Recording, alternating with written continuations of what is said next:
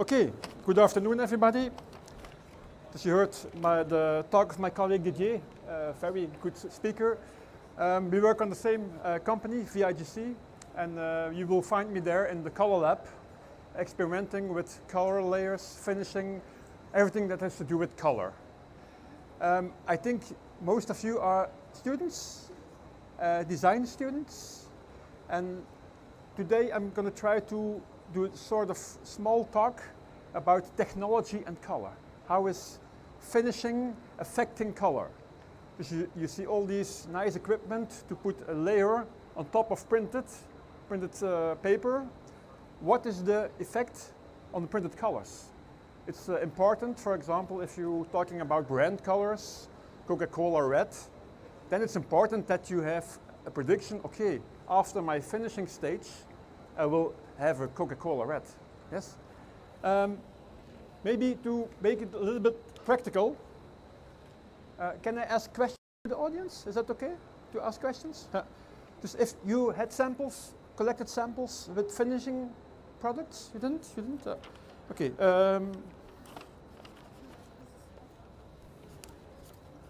If you look at the bag I collected, you have some finished products. And my question to you is, how is finishing, for example, this Argos finished layers, how is a finishing layer affecting colors? I wish I had more examples. Sorry, see if I can find more. I have not.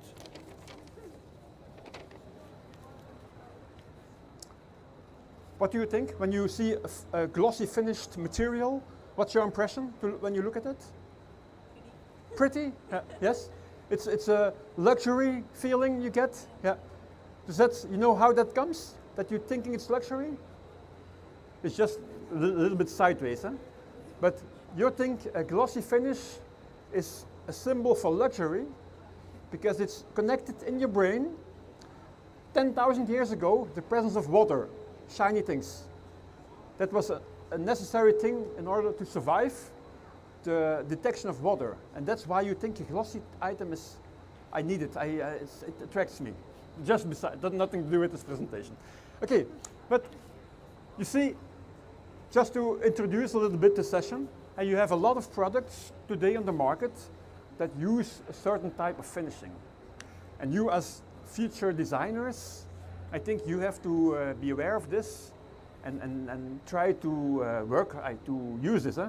And not only the color, but the finishing step that's coming on top of it. I don't know how the Ghent workgroup handles this. Question for my colleague, Didier. Sorry. Okay, I see some examples. Maybe some figures. If you look at all printed material in the world, can you call me a number, a percentage, how many of the printed material is finished?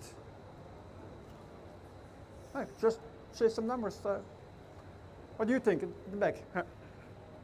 Een percentage van 0 tot 100, hoeveel procent van het drukwerk wordt afgewerkt met een finishing laag? Just make a guess. 60? 60%? What do the rest think? How many? 50? Your number? Meer? 75? Wow. These are the numbers I could find. Just 30%. 30% of offset printed colors today are enhanced by finishing. But, important, a customer is willing to pay extra money for it. If you have your luxury book, for example, your photo book, you're willing to pay more money if it's nicely finished with a nice layer on top. And also important, what do we expect for the future? People expect growth. 14% growth is expected. It will be done more and more. This is a market. That's the simple conclusion of this slide. Okay. When you go to the VIGC in Turnhout, we have a research color lab, and every year we invite a student of students to do a sort of research work on a specific topic. And 2 years ago, we did one with a student to research the effect of finishing layers, glossy matte layers, on printed color. And that's a little bit I'm going to talk about. What are the conclusions of this research? Color. Everybody's found with color. Lots of colors you can find here on the fair. You told me when you look at samples, okay, it gives me a nice look and feel. My question for this research was, okay, that's good, it's a feeling, but how can we transform this into numbers and engineering these things? How can we predict, I'm going to finish this print work with this type of coating, okay, I will predict what it does to my color. That was a little bit the goal of this. So, how to start? How would you transform this effect? What would you do?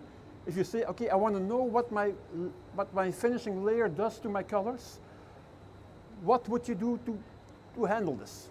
How to start? Any ideas how to do this? You all probably know a light boot. A light boot, like the picture here, often see it in printing plants. They use to evaluate printing work. Okay, is my print okay? I'm going to the light boot and make an evaluation. That's a good starting point, because that's equipment on the market, standardized, people are using it, brand owners are using it, and that's a good starting point to evaluate print and finishing. When you put a layer in such a light boot, I see a lot of mistakes there. How do you do that? Have you ever used a light boot, if I may ask? You never used a light boot?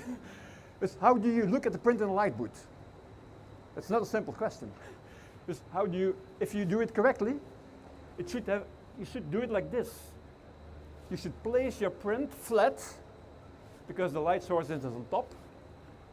And you always have to have,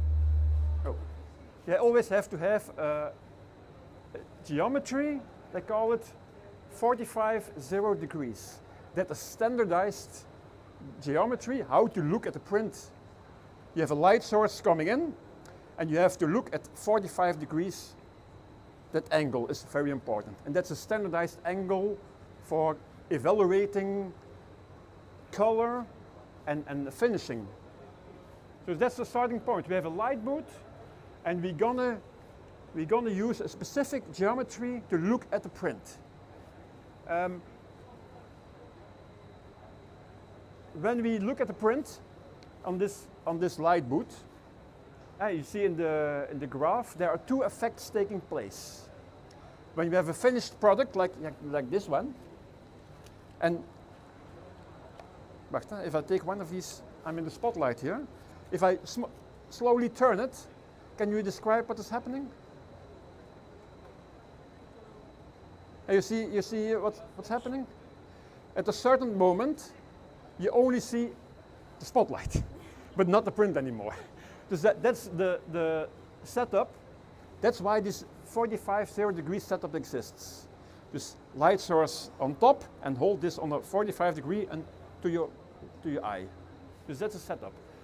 If you take another angle, you can end up. Can you use this? No, that one. You have the gloss light. That's the reflection of the light source. That has nothing to do with what's printed. You just see the light. And if you look at the top, the red particles, that's your colored light that gives information of the color. That you're detecting, oh, I see red, I see green and blue. That's the geometry. These are some simulations. At the left is the printed color. At the right is the finished color, when I put the finishing layer on top. What's your conclusion when you look at this? It's just a simulation, right? What would you conclude about this? What do you think? Can you conclude something?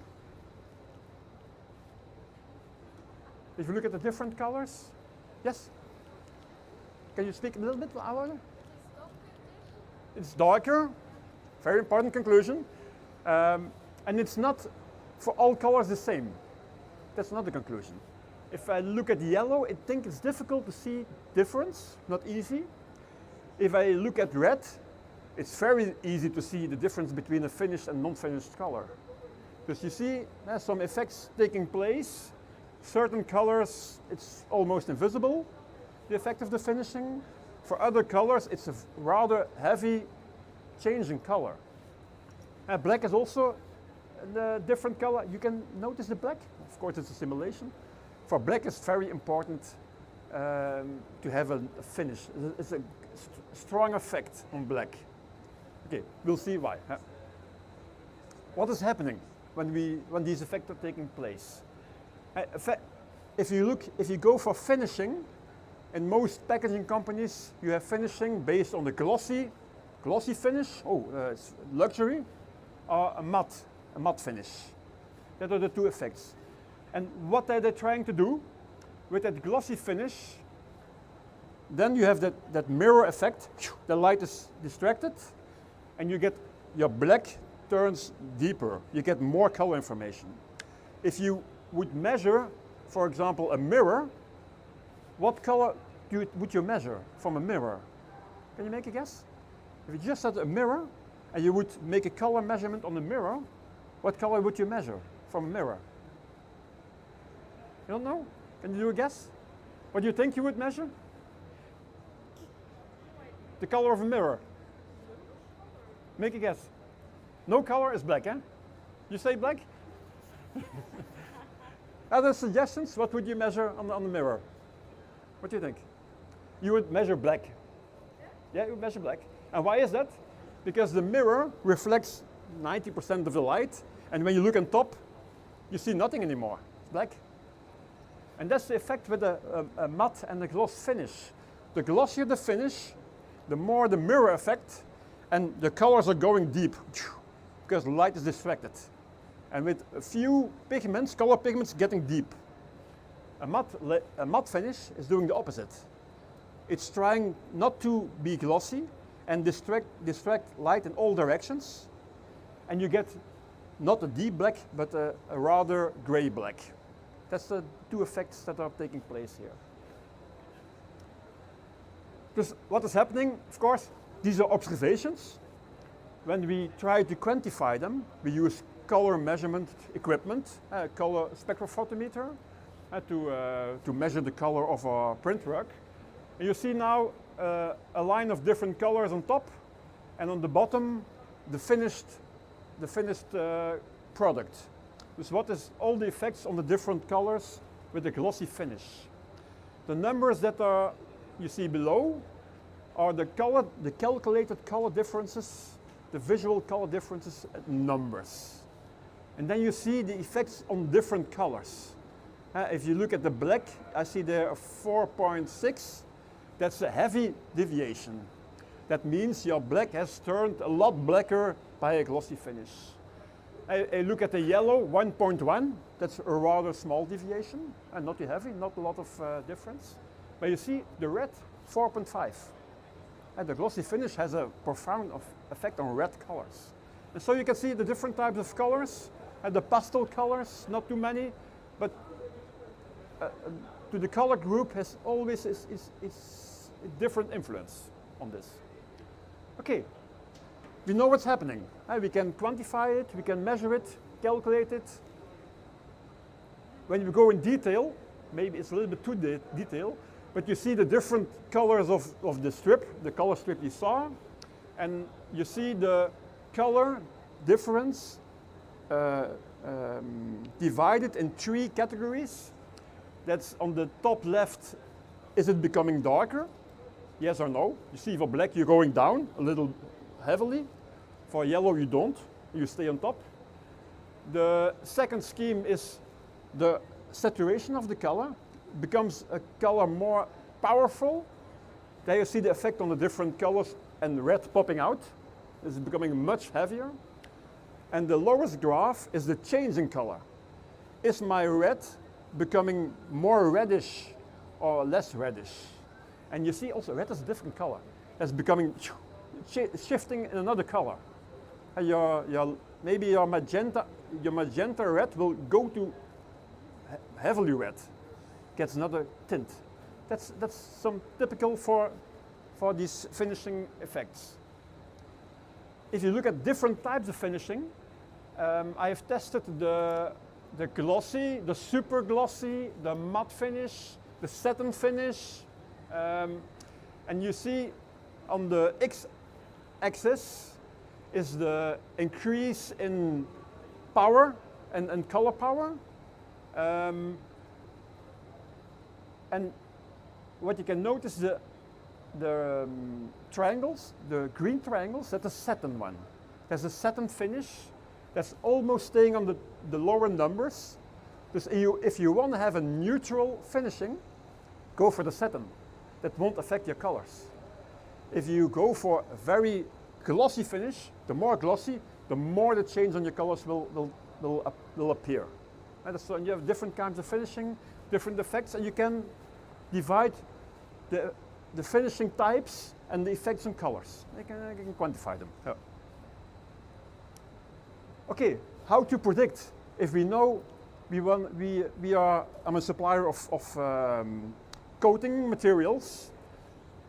If I do a test of my material and I extract the numbers out of it, I can make tools for designers, for you, to predict the effect of a finishing.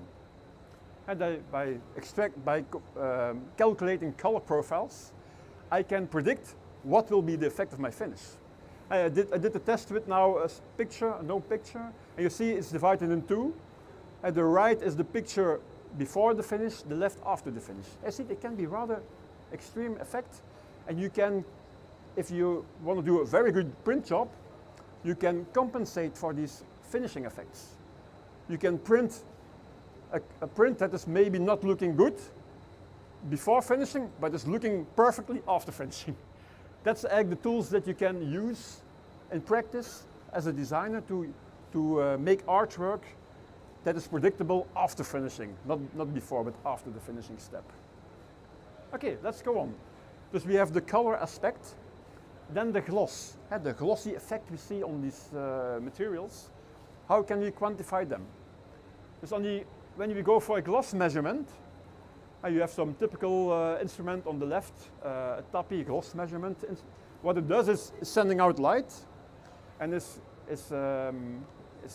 collecting light. It's not anymore the 0-45 degree setup, but mostly it's the 75 degree setup. Because you have an angle in-out 75 degrees. Because that's meaning you not want to see what is the color of something, but you want to see how much light is reflecting on my surface. If I take this again, we're going to choose an angle where we get the much light back from a light source. That number will give to me the information, okay, this is the quality of my glossy finish. It's 70, it's 80, it's 90. When it's 100, it would be a mirror. It would reflect everything. Yeah.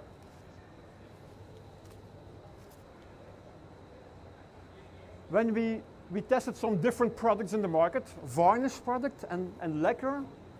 You know the difference between varnish and lacquer? It's a difficult thing. But to me, I explained this, a varnish is on a printing press. It's like inked. It's inked without pigment. And you can apply a layer of varnish, also glossy varnish. But you have a limit, because it's a printing press. You can put 2 microns of varnish on top, not more. A printing press is not made to apply 4 microns of finishing on top something. When you go for a lacquer, it can be 8 to 10 microns, because it's a separate unit, like you see here on the boot. And these can apply much more volume, much more liquid on top of a print. The graph is showing the increase in gloss for each type of finishing product, and for varnish and lacquer products. And you see the highest graph is the super high gloss product from a manufacturer. And okay, when we tested it, we can see, okay, you have right, it's a super high gloss finish for this product. And you see the first bar is going down, is of course a matte varnish that is just going the opposite way. I would want as less glossy effect as possible and going down.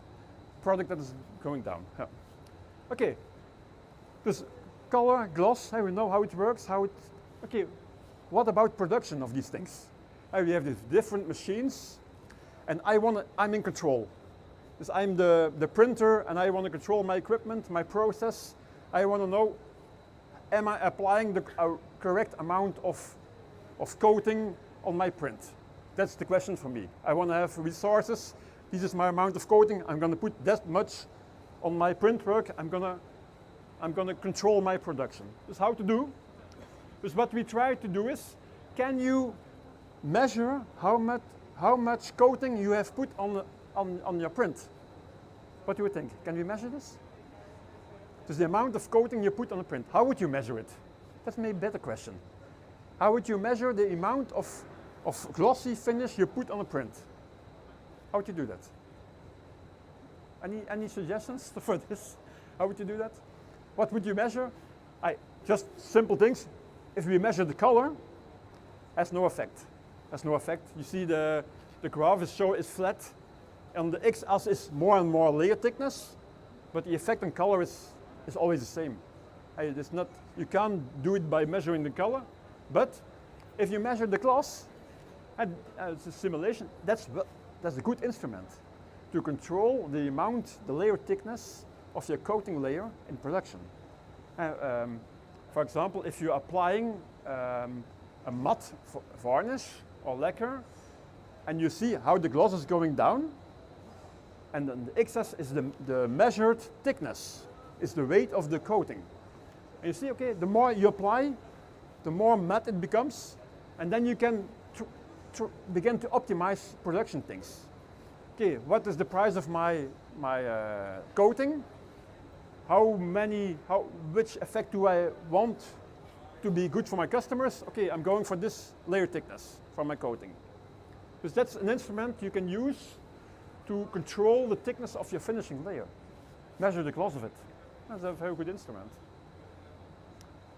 When you compare varnish that is applied on a printing press with the separate finishing equipment you see over here, the thickness is the difference, of course. And you see on the x-axis is the thickness of the layer. The green spot is the maximum thickness on a printing press. And you see you can reach a gloss level, I know the number, 30, you can win 30 points gloss. And the two other spots, the blue and the red, that are amounts of separate coating units. And they go to 3.5 microns, 4.5 microns, a much thicker layer, and an increase in gloss. That's the difference between these two production methods. Production questions. You heard maybe some standardized printing, ISO 12647-2, standardized printed color. Questions in the industry are, what is these target colors that are standardized by ISO? Do we have to go for these colors after finishing or before finishing? It's an open question. Because what does a packaging company has to do? Follow the target colors, the standardized colors, with or without finishing? Because my answer is always with finishing.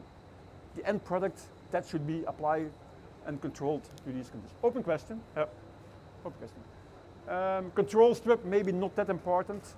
When you, in a printing environment, you want to control the colors and you have a control strip.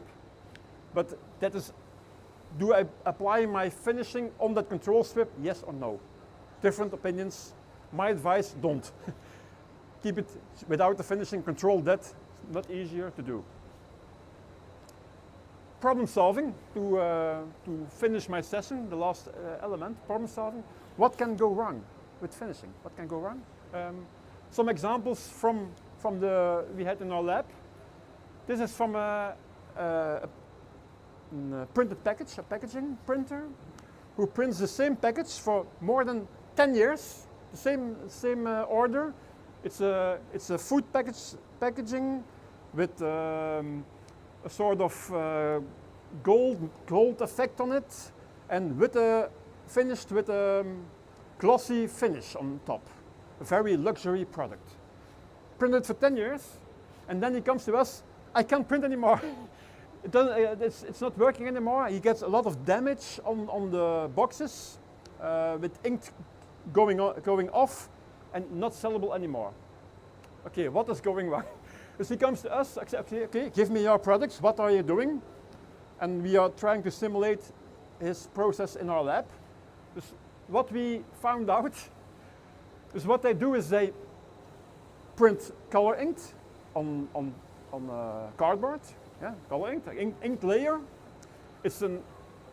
After that ink layer, they apply a primer layer, and the primer layer has the function just to attract the end finishing layer that works well, that it sticks well on the surface. That's the primer, like you in decoration when you're painting your wall, a primer, the same effect. And okay, we just testing with the tape test how good sticks everything to each other. For example, a tape test, you see that 3 pieces of tape, and the middle, you see, means I put my tape on my print work, I rub it off, what sticks on my tape? Simple test to see how good is ink attaching to my surface. And you see already how different it can be, the right and the middle.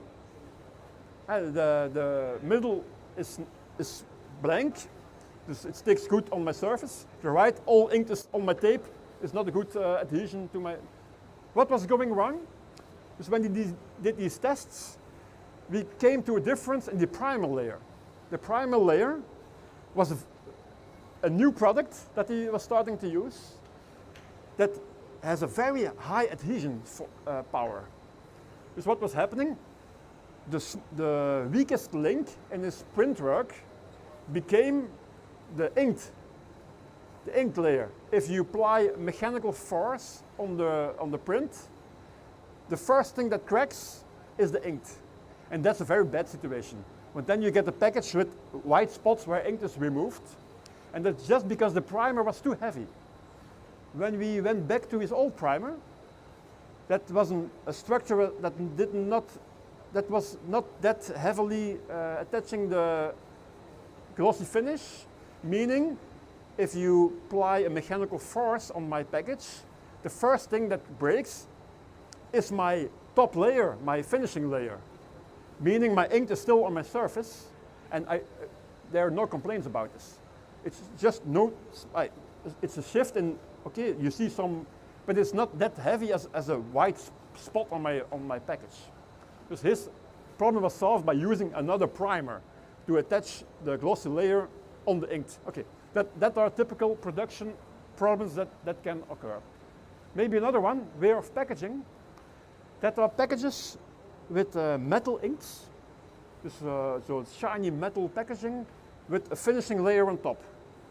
Okay, printed, and what happens? By transporting his print work, the whole batch was damaged. Because when you took a print sample again from his packaging, it was a lot of scratches on it. It was not sellable anymore. Because when we made some photographs with a microscope on it, where we can have a very detailed look on how the surface is looking, and you see on the left, that was his problem. Because when you use a silver ink contains aluminium flakes to have that silver look. When your finishing layer is not thick enough, you get a moon surface with very scratchy elements in it. And during transport, where sheets are, how you say that, are in contact with each other, you get damage effects, the scratches and dust. The solution here was use a better finishing layer, better quality, more thickness of the finishing layer. Problem solved. Okay, just to conclude, my conclusions for when you go for technical advice for applying finishing. First positive element is the market. demands finishing in volume. Volume is increasing, and customers are willing to pay. That's good, good situation. We had a look at the color effects. Color effects are clearly visible for glossy layers, and you can predict them. If you're a designer and you want to have control, it's possible. When you go for the gloss effect of the finishing layers, remember you have all these different types: satin, gloss, high gloss, super high gloss. It's all these different types, and it's possible to quantify them by measurement. To have some independent view on what is the quality of this material, it's possible by measurement. And as last point, when you are in the total chain of standardized printing and finishing, the printing company has to make some choices from what they do to control this process. So, that's the end of my talk. If there are questions, please ask. If not, I hope I brought some information to you. Thank you.